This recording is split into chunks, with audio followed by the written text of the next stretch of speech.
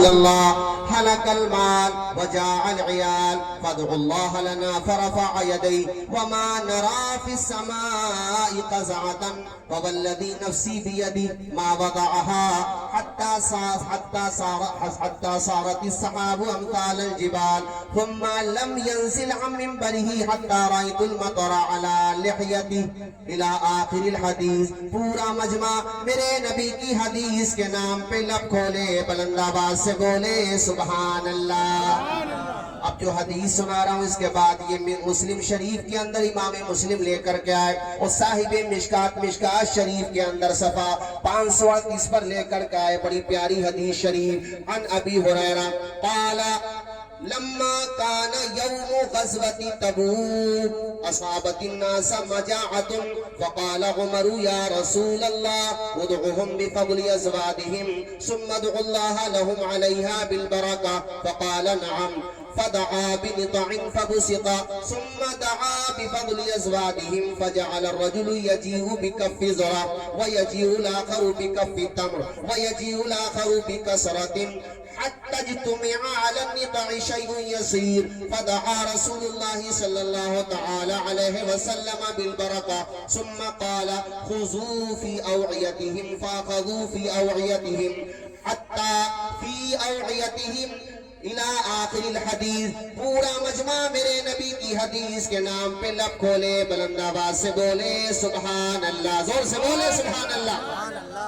ایک حدیث اور سنو, اس کے بعد انشاءاللہ پھر ترجمہ سناتا ہوں. مشکات شریف پیج نمبر 536 کی سطر 19 20 21 کی حدیث شریف. عن جابر قال كان النبي صلى الله تعالى عليه وسلم اذا خطب استند الى جذع نخلة من سوار المسجد فلما صنع له المنبر استوى عليه صاحت النخلة التي عن جابر قال كان النبي صلى الله تعالى عليه وسلم إذا خطب استند إلى جذع نخلة من سوار المسجد إلى آخر الحدیث. پورا مجمع میرے نبی کی حدیث کے نام پہ لب کھولے, بلند آواز سے ہاتھوں کو اٹھا کے بولے سبحان اللہ. سردی تو نہیں لگ رہی آپ لوگوں کو؟ حدیث شریف سننے میں لطف آیا کہ نہیں آیا؟ غزوہ تبوک کا موقع اور قرآن شریف میں اس غزوہ کا باضابطہ ذکر آیا ہے. اس کو غزوہ بہت تنگی کا غزوہ تھا, غزوہ عسرہ بھی کہتے ہیں اس کو. اتنی غربت کا دور تھا اہل ایمان کے لیے کہ قرآن شریف میں 11ویں پارے کی تفسیر میں ابتدائی آیات کی تفسیر میں آیا ہے کہ اتنی غربت کا دور تھا کہ ایک کھجور کو 3 صحابہ 2 صحابی آپس میں چوس لیتے تھے, پانی پی لیتے تھے, ایسی غربت تھی. لیکن پھر بھی وہ ثابت قدم رہتے تھے, پھر بھی وہ ساتھ نہیں چھوڑتے تھے, اتنی غربت تھی. اسی موقع کی بات ہے, حضرت عمر نے آقا سے عرض کی یا رسول اللہ صحابہ کرام کے پاس جو بھی ہے توشہ, جتنا بھی سامان ہے کھانے پینے کا وہ بڑا مختصر ہے میرے آقا, آپ جانتے ہیں, لیکن سرکار آپ اگر دعا کریں گے اللہ تعالیٰ اس میں رحمت نازل فرما دے گا. تو ان کے پاس جو بھی ہے کھانے پینے کا سامان, جو بھی توشہ ہے, آقا آپ حکم فرمائیے کہ وہ لے آئیں. چنانچہ ایک چمڑے کا, جس کو ہم دسترخوان کہتے ہیں, وہ بچھایا گیا, چمڑے کا ٹکڑا بچھایا گیا. میرے نبی نے صحابہ سے کہا کہ تمہارے پاس جو بھی ہے وہ لے کر کے آ جاؤ.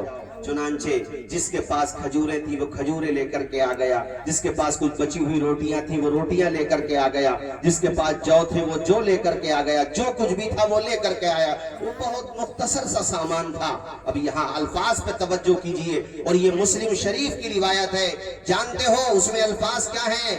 حضور سے انہوں نے کہا کہ پیارے نبی آپ اس سامان پر برکت کی دعا کر دیجئے. وہ جو کھانے پینے کا سامان ہے, حاجی مولا صاحب کھانے پینے کا سامان سامنے رکھا ہوا ہے اور مصطفیٰ اپنے ہاتھوں کو بلند کر کے دعا فرما رہے ہیں.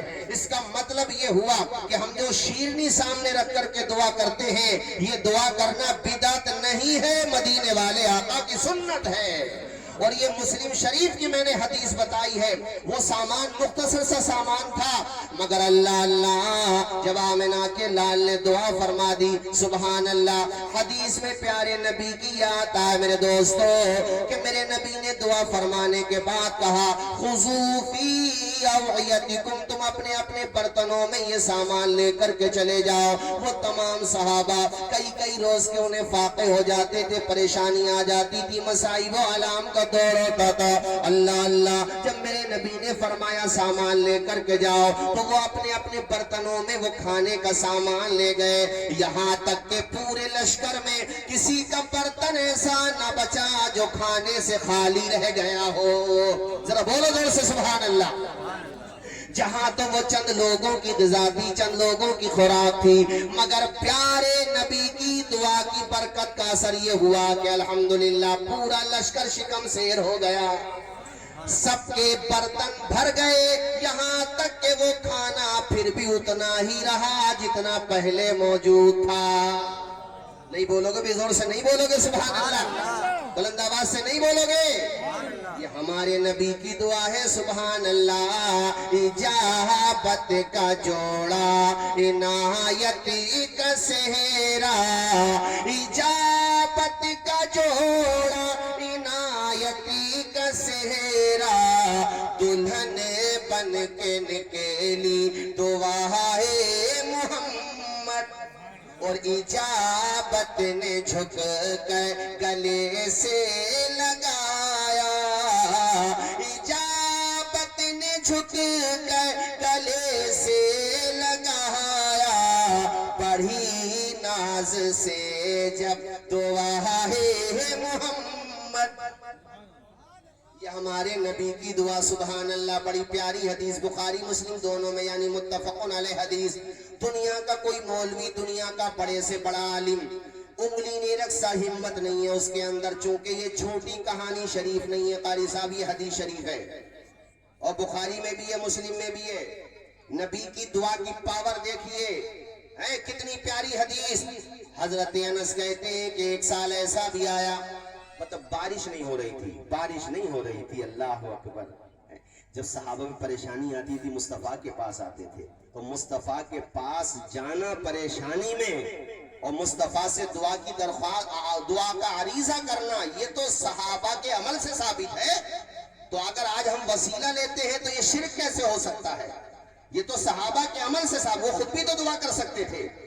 بارش نہیں ہو رہی تھی, پیارے نبی جمعے کے دن خطبہ فرما رہے تھے. حدیث کہتی ہے قام اعرابی فقال یا رسول اللہ, ایک دیہات کے رہنے والے صحابی کھڑے ہو گئے, اور انہوں نے کھڑے ہونے کے بعد عرض کیا میرے آقا ہلک المال وجاع العیال, میرے آقا مال ہلاک ہو رہا ہے, بچے بھوک کی وجہ سے تڑپ رہے ہیں میرے آقا, اس لیے کہ پانی جب برس ہی نہیں رہا ہے تو قحط پڑ گیا, نہ جانوروں کو پانی پینے مل رہا ہے. اب ظاہر ہے جب بارش نہیں ہوگی تو فصلوں پہ بھی اثر پڑے گا, کھجوروں کے باغات پہ اثر پڑے گا, میرے آقا تباہی آئی ہوئی ہے. میرے نبی نے جب یہ کلمات سنے, اور اتنے میں انہوں نے یہ بھی عرض کیا, وہ جو دیہات کے صحابی تھے اور حدیث کے راوی انس سے وہ کہتے ہیں کہ انہوں نے یہ کہا میرے آقا آپ اللہ کی بارگاہ میں دعا فرما دیجئے. تو مصطفیٰ نے یہ نہیں کہا کہ میں تمہاری طرح ہی تو ہوں, تم بھی دعا کر دو, نہیں, بلکہ حدیث کہتی ہے فرفع یدیہ, مصطفیٰ نے دونوں ہاتھوں کو بلند کر دیا. زور سے بولو بھائی سبحان اللہ, پورا مجمع ہاتھ اٹھا کے بولے یا رسول اللہ, بلند آواز سے یا رسول اللہ. سبحان اللہ, ماشاءاللہ بیداری ہے. اس وقت بھی آپ بیدار ہیں, دو تقریریں سننے کے بعد بھی, یہ آپ کے خوش عقیدہ ہونے کی نشانی ہے. جانتے ہو حدیث کہتی ہے مصطفیٰ نے دونوں ہاتھوں کو اٹھا دیا, اللہ اکبر. کہتے ہیں آقا نے ابھی ہاتھوں کو اٹھانے کے بعد میرے آقا ہاتھ نیچے کو لے کر کے نہیں آئے تھے, بارش کی دعائیں کر رہے تھے. خدا کی قسم الفاظ سنو تڑپ جاؤ گے. کہتے ما وضعها حتی صارت السحاب امثال الجبال, ابھی آقا کے ہاتھ دعا کے بعد نیچے کو آئے نہیں تھے کہ بادل گرجنے لگے, برسنے لگے, چاروں طرف سے بادل آ گئے امٹ کر کے. اور یہاں تک کہتے ثم لم ينزل عن منبری, مصطفیٰ بھی منبر سے تشریف بھی نہیں لائے تھے, یعنی جہاں پہ بیٹھ کے آپ خطبہ ارشاد فرماتے, کھڑے ہو کر کے یا بیٹھ کے وہاں پہ خطبہ ارشاد فرماتے. کہتے ہیں کہ بھی آقا نیچے پیچھے تشریف بھی نہیں لائے تھے کہ میں نے بارش کا اثر مصطفیٰ کی داڑھی شریف پر دیکھ لیا، یعنی پانی برسنے لگا۔